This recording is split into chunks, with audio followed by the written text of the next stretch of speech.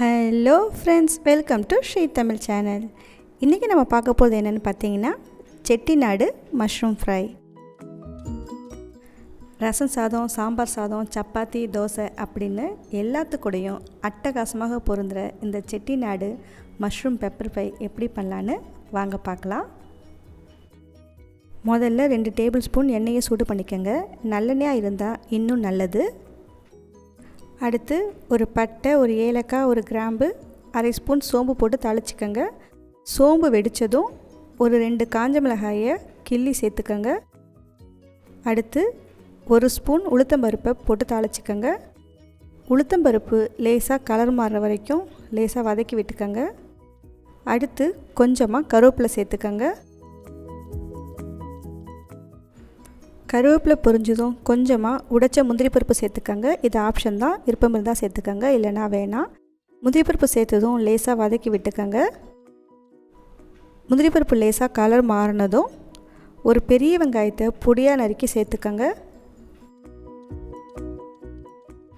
வெங்காயம் லேசாக கண்ணாடி பதம் வர வரைக்கும் வதக்கி எடுத்துக்கோங்க.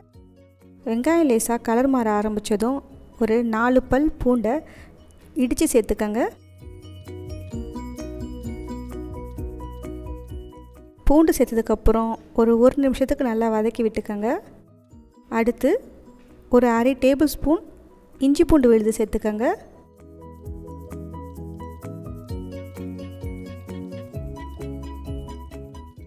அடுப்பை சிறுதீயில் வச்சு இஞ்சி பூண்டோட பச்சை வாசனை போகிற வரைக்கும் நல்லா வதக்கி எடுத்துக்கோங்க.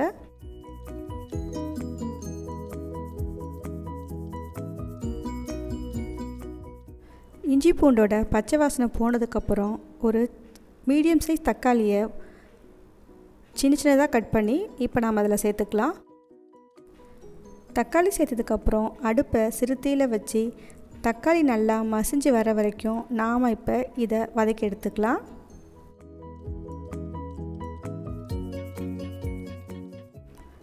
இப்போ பார்த்திங்கன்னா நமக்கு தக்காளி ஓரளவுக்கு வதக்கி வந்துடுச்சு.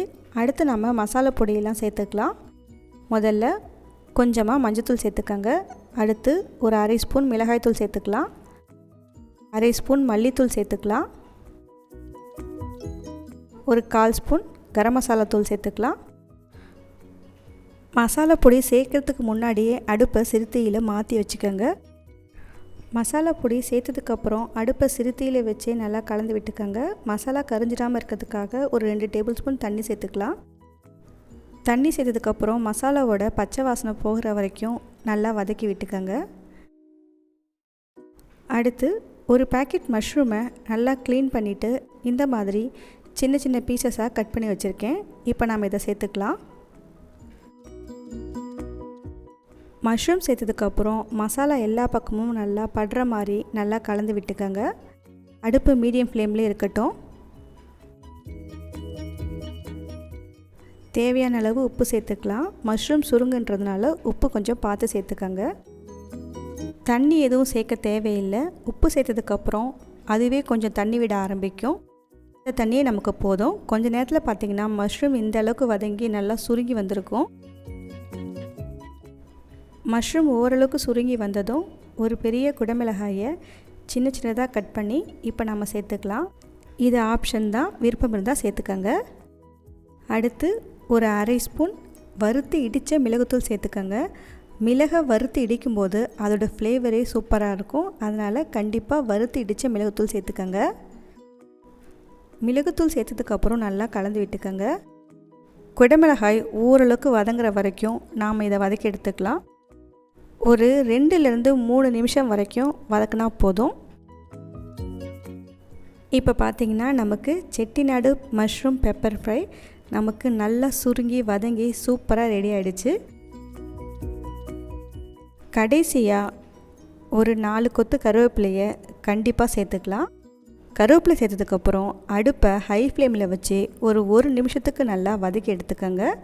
அவ்வளவுதான், நமக்கு செட்டிநாடு மஷ்ரூம் பெப்பர் ஃப்ரை தயாராகிடுச்சு. இது ரசம் சாதம், சாம்பார் சாதம், சப்பாத்தி கூட சாப்பிட ரொம்பவே சூப்பராக இருக்கும். இது நீங்கள் வீட்டில் ட்ரை பண்ணி பார்த்துட்டு எப்படி இருக்குன்னு சொல்லுங்கள். இந்த ரெசிபி உங்களுக்கு பிடிச்சிருந்தா லைக் பண்ணுங்கள், ஷேர் பண்ணுங்கள். ஸ்ரீ தமிழ் சேனலுக்கு சப்ஸ்கிரைப் பண்ணுங்கள்.